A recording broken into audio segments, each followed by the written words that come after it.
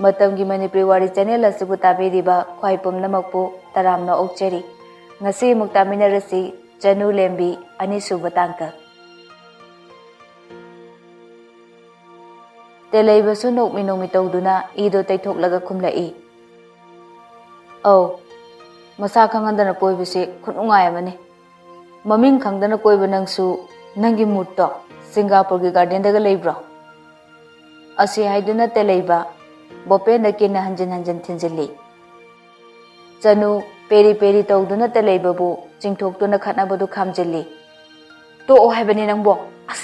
To o haiba. Telaiba na Chanu bu inthoi. Hanjin Chanu su telaiba bu chingthoi. Telaiba na Chanu bu hanjin inthokli. Class ki mayam dusu khara amana mi punare haiduna yengli khara amana makoi ani bu kanna khamdokli. Marak tu da Chanu su kaplaga. Telaiba to haibane nangbo. Aigi maram gi damak mi punare na mi na ko hainabado nang nungai gadro.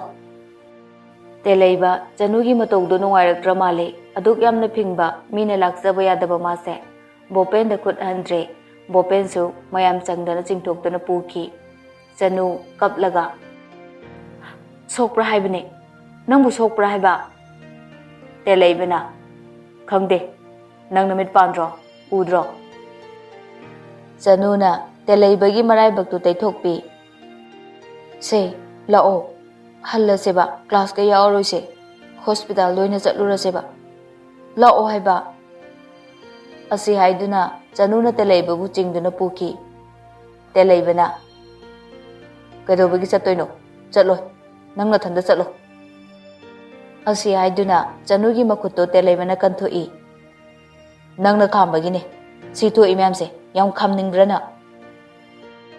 class ki mi mayam su Chanu ga Telaiba ga da munna yengduna lei Chanu hi kablai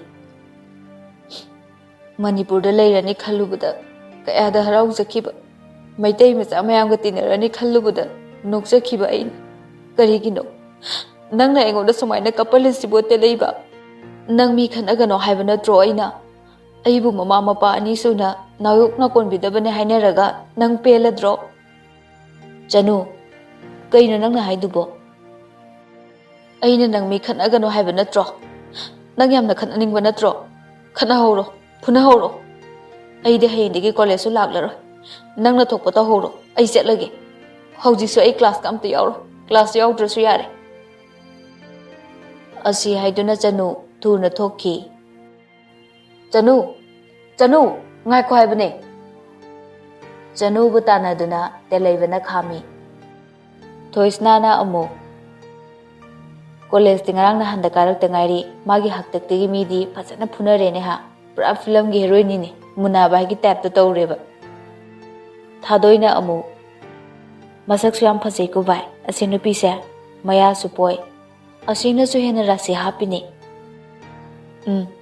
lairik syam na hiba male 12 ta 86 pc setle hani yamna sulemi nupi ama oibagi yam ingtappe asina su hena nupa mayam na pambane nupa dine nupi arembi ingtappa mong hazadabase sine na pambane modi akhoi su nupa thokpa pamdrane aduga chapmane masak haire set kai ke phajai lairik su haire lem su leme sidadi adum mayam changana hupchan batabani ne ibema nupa phana ngoksina bana nupi akhatpa mayam ama koirusune lorom dai dadine aphaba dum thirakpan lowbasu aphaba dum lowkhibani numidangi matamni Chanu gi mapa macha chak hinjang kana thongminari Chanu na baba thum do ai thaki ko hoi icha thoibina thongbu thakpana khara hena hawida ado baba kedore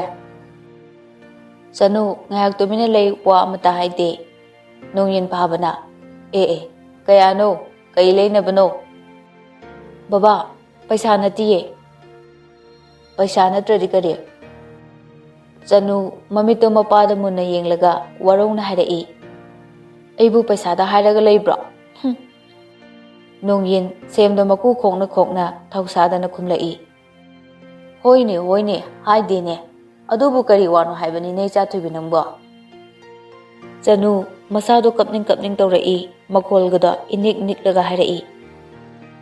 Aikoise sida kayang kuina leidoino. Aigisu igi hawrakpham mafamduda leininge baba. Babana aibu phana yamna luna tawbirasu aigi awatpa amata leihandrabasu punsisida awatpa amadi adum leirani. Adubu ai sumaina sum setna khainena hingbadi ngamoi. Akhoi yumda leiruse baba. Babana yumduda leinindrabasu aidi yumduda yam chatninge. Ichatubiya chaktu yarani chanaba tawrsi lao. Baba lao thengi nangsu chak chathoga lairi pathoknaba tawro. Baba su thabak yamine nangbo. Chanu wa kari mata ngangde mapagi sak injangdo phajana thibiraga. Baba chathoknaba tawbiro. Nongyin makhuto besinda kana hamli amuksu mamaido leithoklaga machanupida yengi. Machanupina mabu warore haiba khangdaba natte pumnamakse leithoklage khana leithokpani. Nangsu charsi laodana saringai sida. Chanu mamitu mapino korok koyai aduga asumna hairai. Aina haiba wabu babana harau pakhom pidrigai ai chak sungcha charo. Asi hairamlaga thokki. Karan tawnu ko chathubi.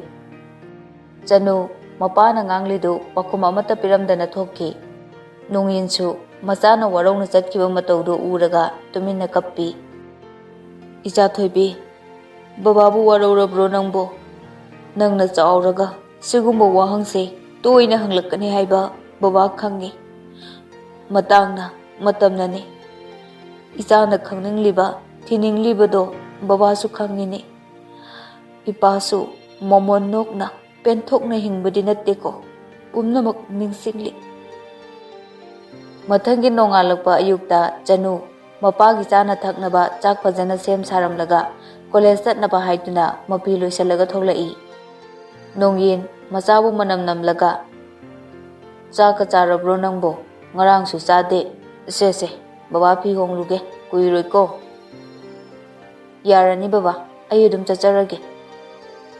Isha thoibiya nangi se baba da warori ba haiduni ne natra. Baba ai chalukhige. Asi haiduna mapada khorami. Se chaluro phajana halau ko. Hoi. Chanu hek chakraba matungda nongyin magi phone do lokthokduna kullada phone tawi. Kullana hello sir ai lakcharage. Ngai khone nangbo laktrasu yare ne kadai de lege husipo. Sir ai kaisam pakitang hentore nupilan complex mamang yogjare sir. Chanu do college chatkre. Ai natin ge habasu yade ne. Ai koi Chanu bo. Kaidobu yorogi sir. Maram haibu karigi oini. Ipa ichagi pass ke wari do nangsu khangidana. Yumda chatlasi sitani man harise. Farese. Isa thoibido college ta muk chatlamdadana hairang turang chattana muk lerangani. Ma college sangi changde do phajana kupna sanau ko. Hojikta thokibada ngairi bane. Line da chattabu male. Phajana sanau ko. Sir, akoi Chanu sida leire. Ai su ujare sir. Kupna sanau ko. Adu sir gi university chatpedi kamdauba. Yare ai adum chacharage aigidi. Adogi saru akoi tobido phajana chakchana sanau ko. Ai thamage. Phani sir. Somdana Chanu arako auto ama phaduna college tamna lai. College yaubaga kanamata udabida wakal amada mangduna chatli. Gate ki matai da nganbaga teleibaga leptuna Chanu bungairi. Teleibana. Kaidoro jano mana ngasidi mathanta laisina. Nganbana amu. Chanu sibu masaga ngamdra jalo isuk thana uri sibu. Amuktada chap manaba khonjelda nganbaga teleibagana Chanu haina kaurai. Chanu masado khangprek khangi. How? Nganba Chanu gi manak changsinduna. Kaidoroge nangbo narabo. Teleibana amu. Kaidoroge ngasidi nangna thanta laisina. Chanu na. Aina diye nganba. Teleiba. Babado ngasidi mo university gi staff kaygine meeting lay haiba adugine. Ngan bana lao dudi class angase. Telay bana sigi ngan bu wen sabra mose pharak yam tadori. Ngan basu wakal da masadu sauning bana lori. Sigi KFC di yauba han man banu pase yam chokot loi dori da. Dai la sigaba watin hek mala dana sak ni kaina. Telay bana Chanu sak chara bro nang bo. Ngan bana amu kai chaninge nang bo. Ai leruge ba ngasidi na sado yam wanu uye. Wakal amada isuk suktana ningba kaina adumak lela dara khalamba Chanu do ngan baga telay baga ubada khangnok noklei. Chanu ngan bada amuk yeng telay bada amuk yeng tawduna noklei. Nabani mu punarakani ko. Telay bana amuk sauraga English nam lon ba I hate you fuck off guys kaina ga haiba mi ga I punade ko Chanu. Ngan baga telay baga amuk punarak patare haiduna Chanu na telay babu wanga nganu haiduna mamit na pay na yengi. Nang wayam na nganangra. Ngan ba Chanu na ngang dito kari matatade wakal amada Chanu da yeng duna nok lagalay. Ngan ba na Chanu nangga wari sanaraga nangga loinaraga aina asuk yam na harauri sibu karigino. Nang na nokpo uraga aina asuk yam na harauri sige artha na karino. Masibu nushiba haibadura. Telay ba na sak asiga mangbiga su tawri. Horen sauraga kari English lon sige kaina khanborangani maisi. Chanu amukasu mamit khana telay bada yengaga nang lehoro. Chanu ngan bada amuk onsilaga. Ngan ba bai canteen da kaino macha ruslao. Ngan ba masado khangprek khangi. Bai kaina bit kati ihe. Chanu na as lao ko. Ngan ba nokmi kumlai. Nang sidiba. Telay bana is Chanu na bai ko raga mana bitti I kaina is kari ho musagal ijano mai sibo. Chanu nang na ngan bada bai ko budo ma bit yam na ti aduna kaka ko. Chanu ngan bada mamit khan yeng laga harai. Nang wayam na ngang brana ha wayam ngang braba. Telay bana yaw ngang drasu aseng mudi dong ngang ninge. Ngan bana amu Chanu kai cha sige. Telay bana Chanu da amu harai. Sis yadi ko midi.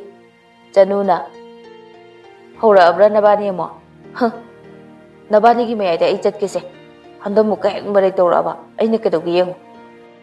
Ngan bana kedo doi ba. Telay bana amu nang sumaray to bu yaw gi hari raba. Chanu na nate ay college ta gi to ke to bo. Ingak na telay baga ngan baga na. Karigi ngarang na handan yu kamaro oina laaga aigi maramgi mi khatnai haibado aisu ikaye. Mama mapa animaki changdamna na nawyok na konbibagi minungsi phangdrabanina soire na mina haina khiniye. Aigi su khara khanbiyo. Mina phana phatrabasu phana kaira asu nungsiba phajaba wahina mi bulamjing bigadabane. Telay bana Chanu ngan bana amu Chanu nongonda wa amadi haninge. Chanu magi nakanda chatliba telay baga ngan baga da yenglaga noi aduga harai. Nabani gi wado kona hairose. Oja Devendra na somda class kana tauri satra singsu tumin leiduna tari. Dipak telay bada kinna tinduna. Namito somda yenguni bai. Telay bana as khui he ngantana. Nang sa hausukan yam jagat na isibu kaygino. Daw gi wani mi bai. Noy na pa gi daw no. Noy na pa da hayo. As ay siya kumain tori no kangde. Hausukan si Chanu da hekta yeng lera mehaba. Ay gi mitse. Kumain tori no bai sibo. Yare chado gi yeng urano. Ase Chanu ne momo nate. As bai. Chanu si yam nung shibe wani da. Asumna class hour loiraduna Oza Devendra su thokre. Teleibana. Chanu. Chanu. Chanuna. Kay haigi bai. Bai kaina khangni dana nang. Chanu inga nga e. Teleibada muna yengduna lay. Kay numana mu suktu ogle thokrisina. Teleiba break timing ne nang kem ta saroi draw. Teleiba Chanu na ngang ni do tasina de onthok tuna phone met laga lay. Teleiba phare phare ai chalam lage nang la oko. Ngan ba su prap Chanu gi manak ta changsi lai. Chanu canteen dagi kano ma charu siro. Ai su charu doine la o bai. Teleiba ngan bagi makhon do tabada sauning boy kari boy. Canteen thong lo bane. Chanu na as mina sak lama kansida. Ado nang di thok su thok tana kamai na khangi ba. Teleiba Chanu da haifet yeng lubada. As kay numana tawrisibo. Asipaw bu khang da jalo mabo. Chanu na kay no nung thil sida mangi duna murumurung go soli duna kay no. Teleiba khol kalap na harai. Asapol kem saninge. Ai leruge leramo. Chanu nokmi Teleiba da yeng duna harai. Yam saning de kitang saninge. La o nang su. Teleiba prap chansilak tuna Chanu gi maning de lepsilli. Nang chat kino haibane. Kay no mina sak lam haraga. Kay no Teleiba. Migi maning de tana lepisibo. Chanu masado hainadraduna Teleiba da mayok na duna lepi. Teleiba amuksu Chanu bu tana duna magi maning de lepi. Amuksu Chanu Teleiba degi thedok tuna lepi. Kay no sumsumigi maning de lepisibo. Hainade ko. Teleiba na. Aina chakino di chakino. Sida leho haiba. Kay chaninge na. Ay thiraga lerake haiba. Kay no nang na aigi maning de sum lepi dubo. Lao sida. Teleiba amuksu tana duna Chanu gi maning de lepi. Chatkino se yaroi na. Chanu Teleiba de yenglaga sugat tuna ngang lai. Aina mamang do ontho e. Nang na engoda tanaraga maning de lepi. Makha do ole. Nang na tana dana aigi maning de lepi. Sibu kay gino. Ayam hainadi ko. Adamani ko torokano. Asi haiduna Chanu phat onthok tuna chatkige tawbaga. Teleiba na makhut phaduna khami. Chanu Teleiba da mamit khana yengduna. Kayno nang tawrisa. Teleiba mamit to mapina korok koirami. Aibu kamaina hayo haibano Chanu. Nangse nupi ne. Adusu punsi sida nungsiba karino khangjaraktriba aina. Punsigi ahanba oina khwaidagi nungsijakibase nang. Class ida leirise noi nupi khakta nati. Classmate nupi nupa mayam amusu yauri. Nupa singsina nangonda munna yengise nang karigino khangbra. Kayno Teleiba kay hainingino nangiduba. Chanu kaygino nang nasuk yamna pangisibo. Asuk yamna nakoina na haira fawba gyan tadribasibu karigino. Yari Teleiba khairanu se. Kaygino nang na aigi maning da sumsum lepisibo. Teleiba handakti mamit ki pidu Chanu da ningamdana yenglaga chentherai. Aina nangi maning da tana lepise. Nang na di wakal lana khalamgani. Class ki nupa gani nangonda natung da ko yeng nise. Nasana khangdro nangbo. Kadom da gino khangde Teleiba su phat haidoki. Na pinarol do pasana setlo. Ngasina tang kayano. Namukina date kayano habdo. Nasana khangjadro. Chatlo ba se. Washroom da changoba. Adu natradi nang thokinoba. Thosu namanabi amana nangi tungda lefalo. Please say washroom da changoba. Chatlo. Adu ga bab tarani ba. Chanu mamai mamit pungang ngangjili. Teleiba da ikai nungsi yana duna yengli. Teleiba na. Na tawleranu. Chatlo. Namanabi amaga horaga ne chatlo roba. Chatlo habani nangbo. Pungkai muk leiraga Chanu peri washroom dagi thoklai. Bai, ayum chatlani. Ai class taga changba ngamaroi. Rinana. Taning de la oibe ma kamta khaluno Teleiba se nang nungdi nungsibu jani he bai. Chanu peri khumlai. ꯑꯩ ꯏꯀꯥꯏ ꯍꯥꯏꯕ ꯑꯩ ꯆꯠꯂꯒꯦꯕ ꯁꯦ ꯑꯩꯒꯤ ꯕꯦꯒꯇꯣ ꯅꯪꯅ ꯑꯝꯇ ꯄꯨꯊꯣꯛꯄꯤꯔꯛꯑꯣ ꯅꯤꯡꯉꯥꯏꯖꯥꯎꯕꯤꯁꯤꯗꯤ ꯍꯣꯏ ꯍꯣꯏ ꯄꯨꯊꯣꯔꯛꯑꯒꯦ ꯉꯥꯏꯔꯝꯃꯨꯀꯣ ꯔꯤꯅꯥꯁꯨ ꯀ꯭ꯂꯥꯁꯔꯨꯝꯗ ꯆꯅꯨꯒꯤ ꯕꯦꯒ ꯂꯧꯊꯣꯛꯄ ꯆꯪꯂꯛꯏ ꯇꯦꯂꯩꯕꯅ ꯀꯩꯅꯣ ꯑꯃꯁꯤꯅ ꯆꯅꯨꯒꯤ ꯕꯦꯒ ꯄꯨꯔꯒ ꯊꯣꯛꯈ꯭ꯔꯤꯁꯤꯅ ꯆꯅꯨ ꯀ꯭ꯂꯥꯁꯀꯤ ꯊꯣꯡꯅꯥꯎ ꯃꯔꯨꯝꯗꯒꯤ ꯇꯦꯂꯩꯕꯕꯨ ꯌꯦꯡꯖꯩ ꯇꯦꯂꯩꯕ ꯅꯪꯁꯦ ꯅꯕꯨꯛ ꯌꯥꯝꯅ ꯐꯩ ꯀꯅꯥꯒꯨꯝꯕ ꯅꯨꯄꯥ ꯑꯃ ꯑꯣꯏꯔꯗꯤ ꯖꯒꯠꯅꯕ ꯅꯠꯇ꯭ꯔꯒ ꯇꯨꯃꯤꯟꯅ ꯂꯩꯊꯣꯛꯈ꯭ꯔꯅꯤ ꯅꯪꯗꯤ ꯌꯥꯝꯅ ꯐꯩꯀꯣ ꯅꯪꯅ ꯀꯔꯤꯝꯇ ꯈꯟꯗꯅ ꯉꯥꯡꯊꯣꯔꯛꯄ ꯇꯧꯊꯣꯔꯛꯄ ꯅꯑꯣꯡꯁꯤꯡꯗꯨꯅ ꯑꯩꯅ ꯅꯪꯕꯨ ꯑꯁꯦꯡꯕ ꯃꯔꯨꯞ ꯑꯃꯒꯨꯝꯅ ꯅꯨꯡꯁꯤꯌꯦ ꯑꯗꯨꯒ ꯅꯪꯕꯨ ꯎꯗ꯭ꯔꯒꯅ ꯑꯩꯅ ꯆꯔꯥꯡꯅꯔꯤꯕꯁꯤꯅ ꯀꯔꯤꯒꯤꯅꯣ ꯔꯤꯅꯥ ꯆꯅꯨꯒꯤ ꯕꯦꯒ ꯄꯥꯏꯗꯨꯅ ꯄ꯭ꯔꯄꯞ ꯊꯣꯛꯂꯛꯏ ꯁꯦ ꯏꯕꯦꯝꯃ ꯆꯠꯂꯨꯁꯦ ꯐꯖꯅ ꯆꯠꯂꯨꯀꯣ ꯚꯥꯏ ꯇꯦꯂꯩꯕꯁꯨ ꯀ꯭ꯂꯥꯁꯔꯨꯝꯗꯒꯤ ꯍꯥꯏꯐꯦꯠ ꯌꯦꯡꯊꯣꯔꯛꯄꯗ ꯆꯅꯨꯅ ꯆꯠꯈꯤꯕꯗꯨ ꯎꯔꯛꯏ ꯃꯥꯒꯤꯁꯤꯕꯨ ꯑꯩꯉꯣꯟꯗ ꯁꯥꯎꯔꯤꯖꯥꯠꯂꯣ ꯑꯩꯅ ꯅꯨꯡꯁꯤꯖꯕꯤ ꯃꯉꯣꯟꯗ ꯃꯌꯥꯝꯅ ꯑꯇꯣꯞꯄ ꯋꯥꯈꯜ ꯑꯃꯗ ꯃꯤꯠꯌꯦꯡꯐꯝ ꯑꯣꯏꯍꯟꯕꯗꯣ ꯑꯣꯏꯍꯟꯅꯤꯡꯗꯕꯒꯤ ꯍꯥꯏꯔꯨꯕꯅꯤꯀꯣ ꯑꯩꯉꯣꯟꯗꯗꯤ ꯋꯥꯔꯧꯅꯨꯀꯣ ꯆꯅꯨ ꯗꯤꯄꯛꯅ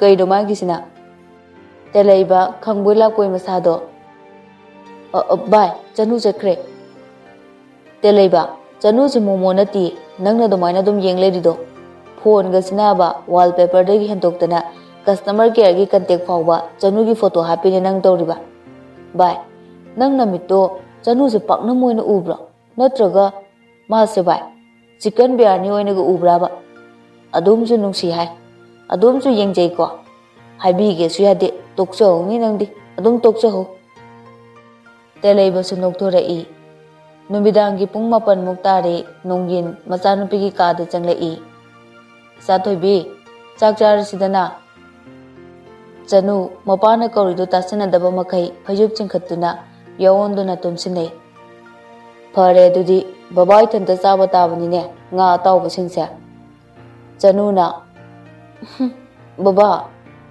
ꯅꯣꯡꯌꯤꯟ ꯃꯆꯥꯒꯤ ꯃꯇꯧꯗꯨꯗ ꯅꯣꯛꯂꯤ ꯂꯥꯛꯑꯣꯅꯦ ꯑꯌꯣꯛꯄꯤ ꯃꯆꯥ ꯅꯪꯗꯤ ꯆꯐꯨꯗꯨ ꯌꯥꯎꯔꯒ ꯇꯨꯔꯦꯜꯗ ꯇꯥꯎꯊꯔꯛꯄꯅꯤ ꯉꯥ ꯑꯇꯥꯎꯕꯁꯦ ꯏꯊꯟꯇ ꯆꯥꯕ ꯍꯥꯏꯗꯨꯅꯤ ꯆꯅꯨ ꯐꯩꯖꯨꯞꯇꯣ ꯍꯥꯏꯗꯣꯛꯇꯨꯅ ꯃꯄꯥꯗ ꯐꯩꯅ ꯌꯦꯡꯂꯛꯏ ꯁꯛꯊꯤꯕꯣ ꯃꯤꯠꯂꯥꯎꯕꯣ ꯃꯄꯥꯗꯨꯕꯨ ꯃꯤꯠꯂꯥꯎꯕ ꯍꯥꯏꯅꯦ ꯃꯁꯤꯕꯣ ꯃꯆꯥꯗꯨꯕꯨ ꯑꯌꯣꯛꯄꯤ ꯍꯥꯏꯅꯦ ꯑꯇꯨꯝꯕ ꯅꯪꯅ ꯑꯩꯅ ꯉꯥꯡꯉꯤꯁꯦ ꯀꯃꯥꯏꯅ ꯇꯥꯔꯤꯅꯣ ꯆꯅꯨ ꯅꯣꯛꯃꯤ ꯃꯌꯥꯗꯣ ꯏꯍꯤ ꯍꯤꯒꯠꯇꯨꯅ ꯈꯨꯝꯂꯛꯏ ꯕꯕꯥ ꯃꯤꯠꯂꯥꯎꯕꯣ ꯁꯛꯊꯤꯕꯣ ꯅꯣꯡꯌꯤꯟ ꯃꯆꯥꯕꯨ ꯂꯛꯅꯕꯣꯏ ꯀꯔꯤꯕꯣꯏ ꯑꯌꯣꯛꯄꯤ ꯃꯆꯥꯁꯦ ꯒ꯭ꯌꯥꯟ ꯇꯥꯈꯤꯗ꯭ꯔꯦꯗ ꯑꯩꯈꯣꯏ ꯕꯕꯥꯅ ꯊꯣꯡꯕ ꯏꯟꯖꯥꯡꯗꯣ ꯍꯥꯎꯕꯅꯤꯗ ꯕꯕꯥꯒꯤ ꯈꯨꯄꯥꯛꯁꯨ ꯑꯣꯏꯅꯝꯕꯅꯤꯗ ꯑꯗꯣ ꯕꯕꯥ ꯋꯥ ꯑꯃꯇ ꯍꯥꯏꯒꯦ ꯍꯣꯏꯅꯦ ꯍꯥꯏꯌꯣ ꯕꯕꯥ ꯑꯩꯈꯣꯏ ꯁꯤꯗ ꯌꯥꯝ ꯅꯨꯡꯉꯥꯏꯅ ꯂꯩꯀꯣ ꯑꯗꯣ ꯑꯩꯈꯣꯏ ꯀꯩꯁꯥꯝꯊꯣꯡꯒꯤ ꯌꯨꯝꯗꯨꯗ ꯍꯜꯂꯁꯦꯕ ꯀ꯭ꯋꯥꯇꯔꯗ ꯁꯨꯝ ꯂꯩꯕꯁꯦ ꯌꯥꯝ ꯇꯜꯂꯦꯕ ꯂꯥꯛꯑꯣ ꯕꯕꯥ ꯆꯥꯛ ꯊꯤꯔꯝꯂꯒꯦꯀꯣ ꯕꯕꯥ ꯅꯪ ꯈꯨꯝꯃꯔꯣꯏꯗ꯭ꯔꯣ ꯅꯣꯡꯌꯤꯟ ꯍꯟꯗꯛꯇꯤ ꯈꯣꯟ ꯀꯂꯞ ꯇꯧꯅ ꯍꯥꯏꯔꯛꯏ ꯋꯥ ꯃꯈꯥ ꯇꯥꯒꯅꯣ ꯊꯣꯏꯕꯤ ꯆꯅꯨꯁꯨ ꯃꯄꯥ ꯁꯥꯎꯔꯦ ꯈꯪꯕꯗꯒꯤ ꯋꯥ ꯑꯗꯨꯃꯛ ꯃꯈꯥ ꯇꯥꯅ ꯍꯪꯂꯨꯗ꯭ꯔꯦ ꯃꯊꯪꯒꯤ ꯅꯨꯃꯤꯠꯅꯤ ꯀꯣꯂꯦꯖꯇ ꯇꯦꯂꯩꯕꯅ ꯚꯥꯏ ꯑꯩ ꯆꯅꯨꯁꯦ ꯌꯥꯝ ꯅꯨꯡꯁꯤꯌꯦ ꯗꯤꯄꯛꯅ ꯅꯨꯡꯁꯤꯔꯨꯅꯨ ꯀꯩꯁꯨ ꯀꯩꯒꯤ ꯌꯥꯔꯣꯏ ꯍꯥꯏꯕ ꯆꯅꯨꯁꯦ ꯂꯚ ꯑꯦꯐꯤꯌꯔ ꯃꯃꯤ ꯇꯥꯗꯕ ꯃꯤꯅꯦ ꯃꯣꯔꯣꯛ ꯃꯦꯠꯄ ꯃꯥꯟꯕ ꯅꯪꯅ ꯌꯥꯝ ꯈꯪꯕꯒꯤ ꯇꯥꯏꯞꯅꯤꯅꯦ ꯍꯣ ꯇꯥꯃꯣ ꯎꯇꯤ ꯃꯥꯟꯕ ꯌꯥꯔꯦꯁꯦ ꯚꯥꯏ ꯅꯪ ꯂꯩꯍꯧꯔꯣ ꯑꯩ ꯒꯦꯠꯇ ꯆꯅꯨ ꯉꯥꯏꯔꯨꯒꯦꯕ ꯑꯁꯨꯝꯅ ꯇꯦꯂꯩꯕ ꯀꯣꯂꯦꯖꯀꯤ ꯒꯦꯠꯇ ꯊꯣꯛꯂꯛꯇꯨꯅ ꯂꯦꯞꯄꯤ ꯆꯅꯨ ꯂꯥꯛꯄ꯭ꯔꯥ ꯍꯥꯏꯗꯨꯅ ꯌꯦꯡꯂꯤ ꯄꯨꯡꯒꯥꯏꯃꯨꯛ ꯂꯩꯔꯒ ꯁꯦꯟꯇ꯭ꯔꯣ ꯑꯉꯥꯡꯕ ꯃꯆꯨ ꯑꯃꯗꯒꯤ ꯆꯅꯨ ꯅꯣꯡꯃꯤ ꯀꯨꯝꯊꯔꯛꯏ ꯇꯦꯂꯩꯕꯅ ꯒꯦꯠꯇ ꯂꯦꯞꯇꯨꯅ ꯂꯩꯔꯝꯕꯗꯨ ꯎꯕꯗ ꯃꯁꯥꯗꯣ ꯍꯨꯃꯥꯡ ꯅꯥꯄꯤ ꯀꯥꯡꯉꯤ ꯑꯩꯗꯤ ꯇꯜꯂꯤꯍꯦ ꯎꯁꯟꯅꯔꯔꯣꯏꯒꯦꯗ ꯌꯥꯝ ꯏꯀꯥꯏꯌꯦꯕ ꯉꯔꯥꯡꯒꯤꯗꯣ ꯅꯣꯡꯌꯤꯟꯅ ꯏꯆꯥꯊꯣꯏꯕꯤ ꯀꯩ ꯍꯥꯏꯒꯦ ꯕꯕꯥ ꯅꯪ ꯉꯁꯤꯗꯤ ꯀꯩꯅꯣꯝꯃ ꯀꯥꯎꯏꯀꯣ Chanu mapadu yengduna ngahak noktuna lay. Aya, baba, baba se. Asi haiduna makutto mapada manam nambiyo haiduna garigi thongnawdagi makutto thinjilli. Lambigi golai laisilappadagi thogdorokpa activa amana Chanuda thomjinduna laimaida longna tasilli. Telaiba supraprap chansilaktuna. Chanu, sokpro. Nonginsu. Icha thoibi, sokpro ichabo. Chanuna. Kem tawdiye baba, ado kuchi amna naaye. Sinthoina. Namitu udro gari laise. Lambi dabu kanana lepaga layo haike. Telaiba masado saungning boy. Nupidu gi mipanda kudomina thinduna nganglai. Nangna thoraiba gari se side lale. Sumaina thori se nakokto yaudabro nangbo. Matang asida mayam pumnamakpu amuka hana kuramjari.